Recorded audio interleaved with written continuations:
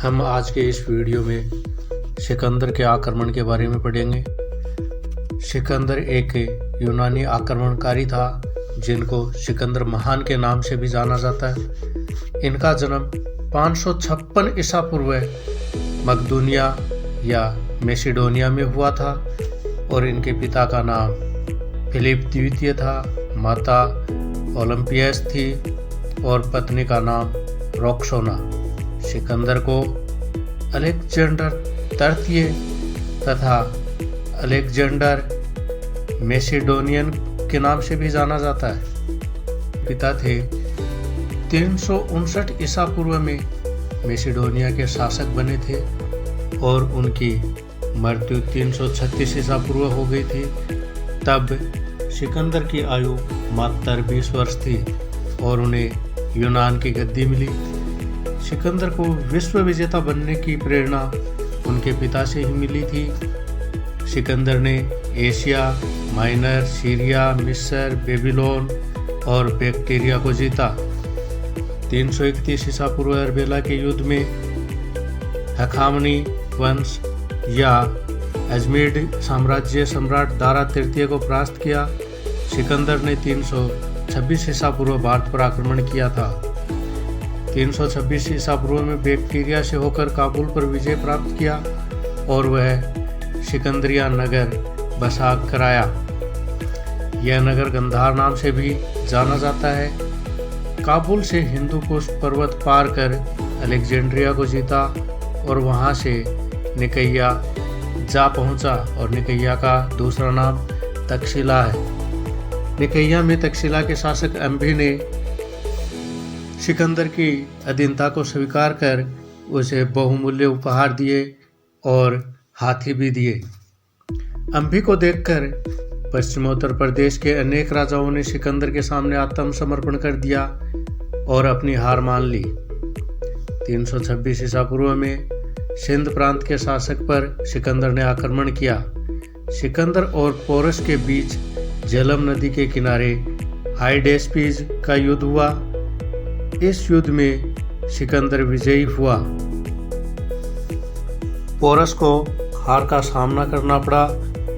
पहले तो पोरस का पुत्र मारा गया और बाद में सेना ने भी साथ छोड़ दिया और अम्भी ने पोरस को आत्मसमर्पण के लिए कहा, लेकिन पोरस नहीं माना तो उसने उस पर प्रहार कर दिया और उस पोरस के एक मित्र थे मेरुस, उसने स्थिति को भांपते हुए पोरस को आत्मसमर्पण के लिए तैयार कर दिया। जब पोरस आत्मसमर्पण कर रहा था तब सिकंदर ने उसकी वीरता से प्रसन्न होकर पूछा कि तुम्हारे साथ कैसा व्यवहार किया जाए। पोरस ने जवाब दिया, एक राजा दूसरे राजा के साथ जैसा व्यवहार करता है वैसा ही व्यवहार मेरे साथ किया जाए। पोरस के जवाब से प्रसन्न होकर सिकंदर ने उसका राज्य तो लौटा ही दिया था, साथ में अपने जीते हुए 15 राज्य भी पोरस को लौटा दिए कि आप अब इन पर राज करें। सिकंदर ने व्यास नदी के किनारे पर 2 नगरों की स्थापना की, अलेक्जेंड्रिया निकैया और अलेक्जेंड्रिया ब्यूसिफेलस। ब्यूसिफेलस सिकंदर का घोड़ा था जो हाइडेस्पीज के युद्ध में मारा गया।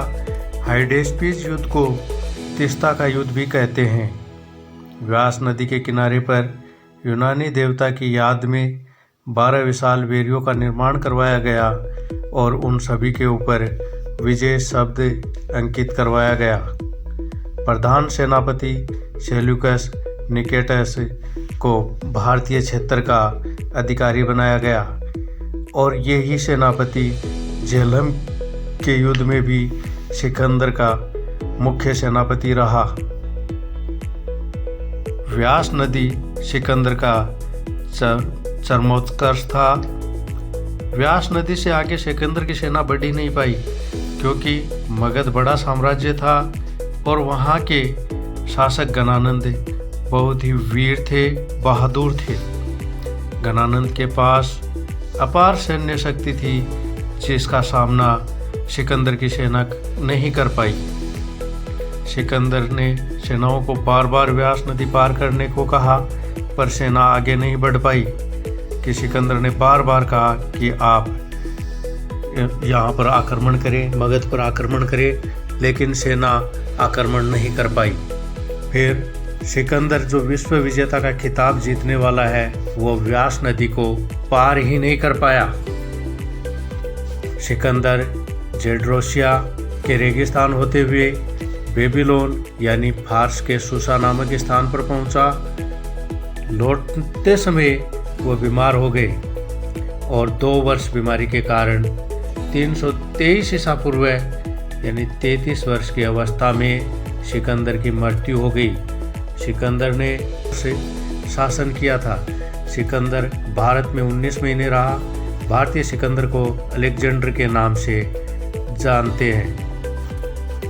वीडियो अच्छा लगा हो तो लाइक करें, सब्सक्राइब करें और शेयर करें।